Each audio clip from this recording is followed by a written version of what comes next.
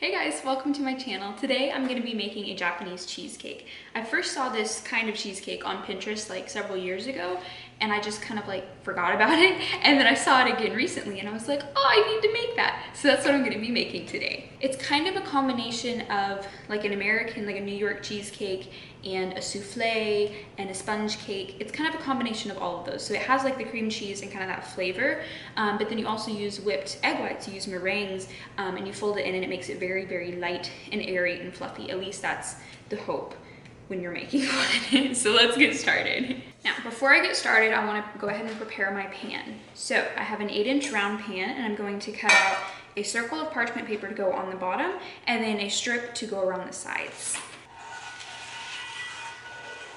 One trick to cutting a circle for the bottom of something is trace out your circle and then fold it. So fold it in half, make sure all of your edges match up and everything. And then fold it in half again. And you basically just keep folding it in half just a couple more times. And now you can see where there's the line that I drew, and you can just cut that very short part. Just cut that and then unfold it. And there you go. And that is a heck of a lot easier than trying to cut around the entire thing. And then the strip to go around the sides, you want it to be about 1 inch or so taller than the cake pan itself.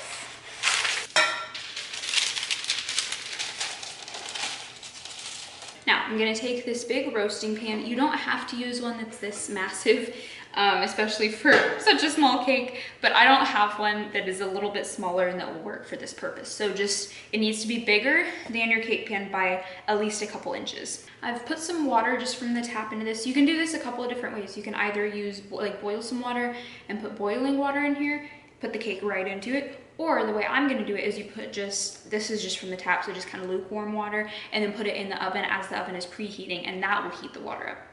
Whichever way you wanna do it, but you just want it to fill the pan enough to where it'll come up maybe halfway or so to your cake. You obviously don't want there to be so much water that it goes over the top of your cake, but I'm gonna put this pan into the oven and set it at 300 degrees and let that preheat while I'm making the cake.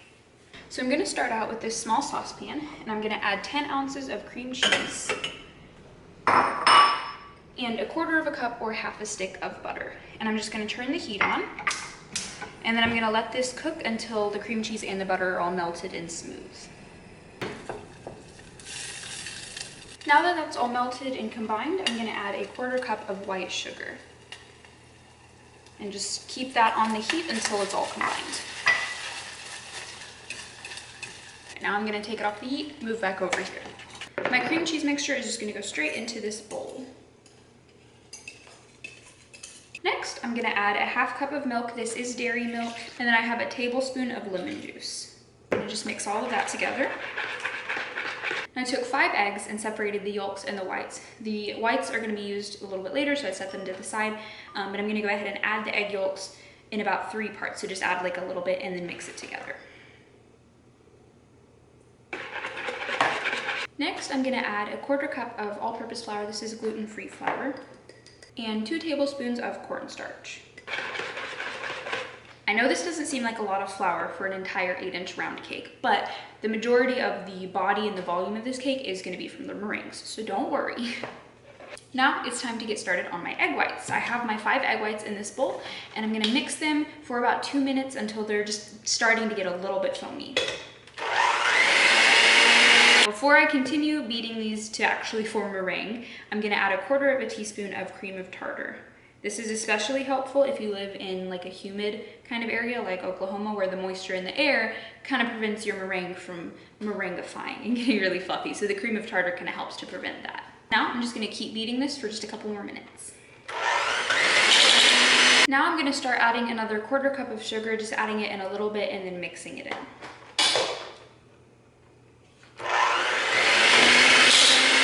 Now that my egg whites are all whipped up, all meringue, they're about soft peaks right now, I'm gonna go ahead and fold them into my cream cheese mixture. And I'm gonna do this in 3 separate parts. That way I can fold it in, but still keep all of the air in that meringue, because you don't wanna beat that out, because that's what makes it the meringue.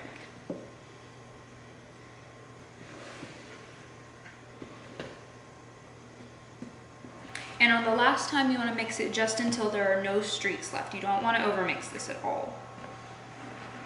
And now it's time to put this into my cake pan. Make sure all of your parchment paper pieces are lined up, and then just pour it in.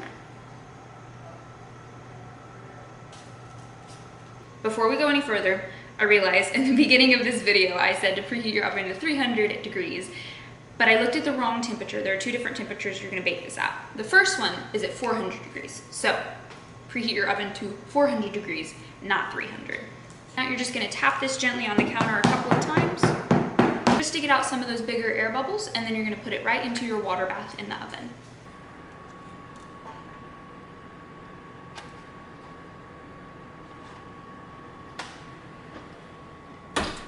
And now just leave that in there to bake at 400 degrees for 15 minutes. It's been 15 minutes, so now it's time to actually set your oven to 350 degrees and let it bake for another 15 minutes.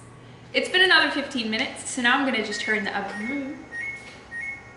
Now I'm just gonna turn the oven off and leave the cake in there for another 30 minutes with the oven door closed. Lots of steps in this baking process.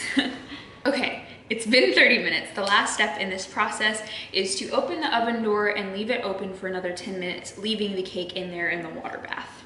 So I'm just gonna open it a little bit, just like that. It looks kind of good. That always stresses me out, baking things like this where like you're not supposed to open the oven door because the meringue is like doing its thing, and then if you open the oven door, all that new air comes in and it just like deflates or whatever.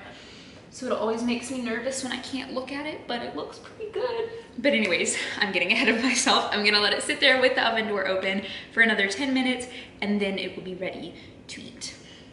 All right, here it is. Still wet on the bottom. You guys can see that's what it looks like. It honestly looks pretty good. The one thing I was concerned about was the top getting too dark, just because it was in the oven for so long, but it looks good. Now, hopefully, because of the parchment paper, this should come out super easily. And this is just the base of like a cake transporter holder thing. So that's what I'm gonna put it on. So I'm just gonna flip it over into my hand very gently. Yeah, easy peasy.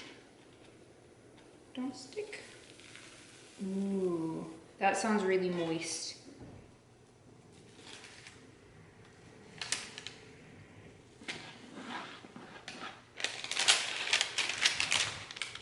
Here's the cake. You can see all the fluffiness there. So I'm gonna go ahead and cut into this because I'm excited to taste it.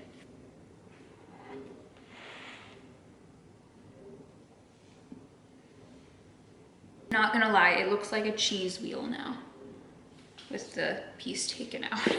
See how spongy it is? Very, very light and hopefully tasty. Oh my goodness.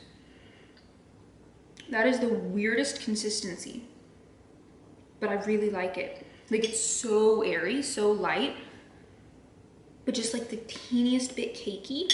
It's so smooth too. Like, it just, it's almost like it melts in your mouth just from how like moist it is. It jiggles. And it does honestly taste like a cheesecake. Like, there's not a crazy overwhelming cream cheese flavor, but it does definitely have a little bit of that kind of tanginess that the cream cheese has. Well, I hope you guys enjoyed this video. You should definitely make this cake. 10 out of 10, would recommend. Make sure you like, comment, subscribe, all the things, and I will see you guys next week. Bye, guys.